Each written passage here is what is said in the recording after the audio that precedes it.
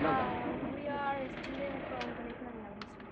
Our school has a Erasmus Plus project, um, and we are interested in knowing all the autumn heritage. Yesterday we enjoyed a little tour around the more representative monuments of Úbeda. And today we are interviewing Andrea Pezzini, the director of the company Articifis, which is an important company, tourist company. It offers different services so that the visitors could make the best use of their time in Úbeda, discovering the interesting monuments, the delicious gastronomy, and the festivals. Where are you from? I was born in Italy, but whenever people ask me where are you from, I say I'm from Úbeda. But I was born in Italy, of course. And how long have you lived in Úbeda? Well, now nearly 24 years. So I was coming for the first time in the early 90s. But then I decided to come and live in Úbeda in January 1994. So nearly 24 years ago. And what is the most impressive city you have ever visited or lived in?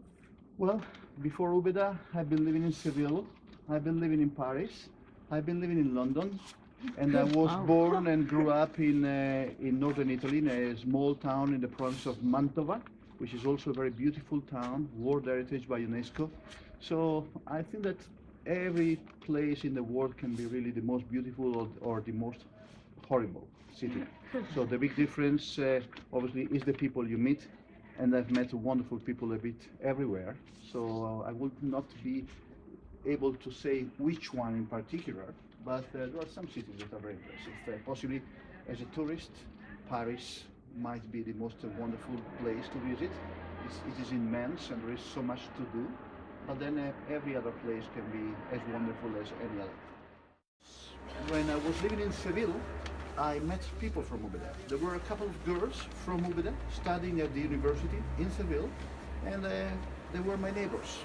So we became a very good friend, and then thanks to them, I started to come to Úbeda myself as a tourist, as a visitor, and then I discovered such a wonderful town, and there was nobody doing anything in tourist services.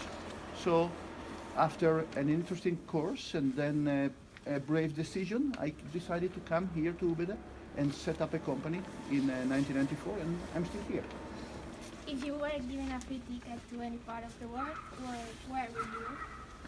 To live in a city, you've seen?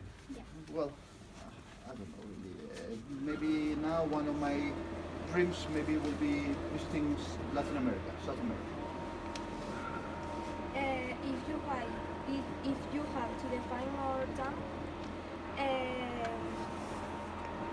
with a word, what about? With a word, surprising. Surprising. And why? Because more and more people hear about Úbeda, more and more people know Úbeda, but most of the people don't expect such a beautiful, wonderful city. So we are still able to generate surprise, a very pleasant surprise. There is much more than what you expect. And in your opinion, what is the most representative monument of Úbeda?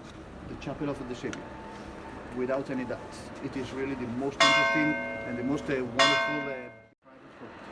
So that is really unique. And obviously, outside, inside, there is an incredible richness of meanings of the Renaissance.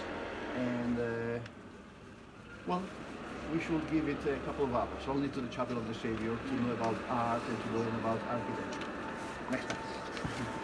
How long do you recommend to spending time in Úbeda, but to watch all the advantage? What advantages? Well, at least a couple of days, minimum a couple of days, and that is the fact that we are still working hard to keep our visitors here for a longer time. Most of the visitors come for a very short time, so they realize that there was much more than they expected. So on one hand, it is not good because they are not maybe appreciating what we had. The other point is we suggest at least a couple of days. How much the tourists grow in OCD after you declare award heritage site? Well, it has been growing, quite interesting increase of visitors. In a number, it's very difficult to say precisely. I would say at least 30-40% more than we had only, let's say, 15-20 years ago. And it is not only the number of visitors, but overall the number of business, the number of hotels, restaurants, companies like mine, services to the tourists. So there is an incredible and very, very exciting entrepreneurial initiative, which is most of all is interesting the fact that all of it is done by local entrepreneurs with local people with local products. What tourist services does your company offer? Well, we offer several tourist services. The most common and let's say popular is guided tours to Úbeda, right? And we do it every day, in the morning, in the afternoon, for individual visitors. That is one important service. Then obviously previous booking, we do it for groups, for travel agents, for tour operators, for associations, for schools. And so that is previous booking. So we can do it anytime we have demand. And then apart Úbeda, we also tour Baeza, we also tour Jaén, we also tour Sabiote. And then we have other specific services like oleoturismo, the tourism around olive oil. So we visit olive oil factories, olive oil museums, we do olive oil tastings, cooking classes with olive oil, etc., etc. Then we have thematic tours on a specific subject.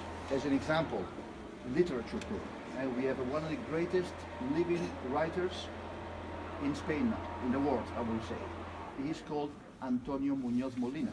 So we have a tour on Úbeda, for around Úbeda, with his books. And then we have other tours. One is about ghosts and spirits in enchanted houses, for instance, or palaces. We have also a little train, a tourist train, commented tour in Úbeda, also practically every day. Or we also are in charge of the management of spaces, monuments, museums. So we are the responsible of the Sinagoga del Agua since it opened. And since only a few weeks ago, we are also in charge of the Museum of San Juan de la Cruz, St. John the Cross. So we are also responsible of the management and the organization of visits in those two spaces. We do many other things, but those are the most important. What degree I mean if I want to work as a tourist guide? Well, the most important for me now, when I employ people, languages. Languages is the most important and very high level of English, first of all, that is basic English. And then, well, the most you have, the better. So French obviously is very welcome. German will be very necessary in Úbeda right now. And if you have a few others, they're very welcome. But English is absolutely needed. Do many foreign tourists visit Úbeda? Where much of them? Yeah, we have more and more foreign visitors. And I would assume that about 30% of the visitors of Úbeda are foreigners. And mainly when we talk about individuals, they're mainly Anglo-Saxon, so British, America, Canada, etc. Then you have a lot of Europeans.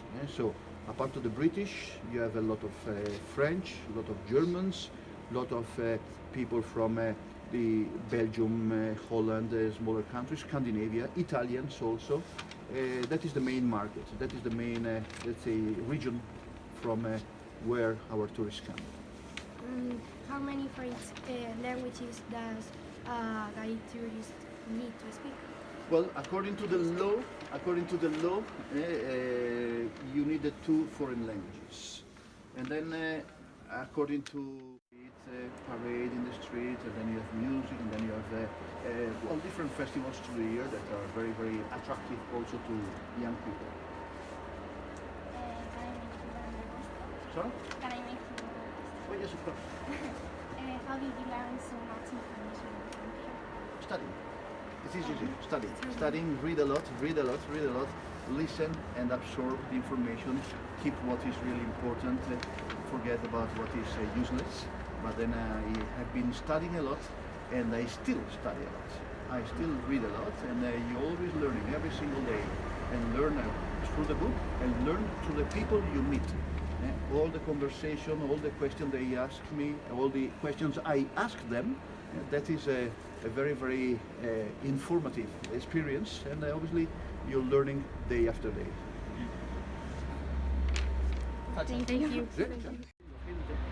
De Andalucía, sigue siendo gente que tiene su corazón aquí, sus orígenes aquí, sus raíces aquí, y entonces, imagínate vosotros, dentro de X años, vuestros padres, ¿no? Que imagina que en lugar de estar en Úbeda habéis nacido en Alemania, porque vuestro abuelo emigró allí y se iba con un niño chico que es vuestro padre, y ahora vosotros habéis nacido en Alemania, pero no dejas de ser español, no dejas de ser andaluz, no dejas de ser de Úbeda, y un día en la vida por lo menos tú querrás ir a ver de dónde viene tu familia, de dónde viene mi origen, de dónde emigró mi abuelo.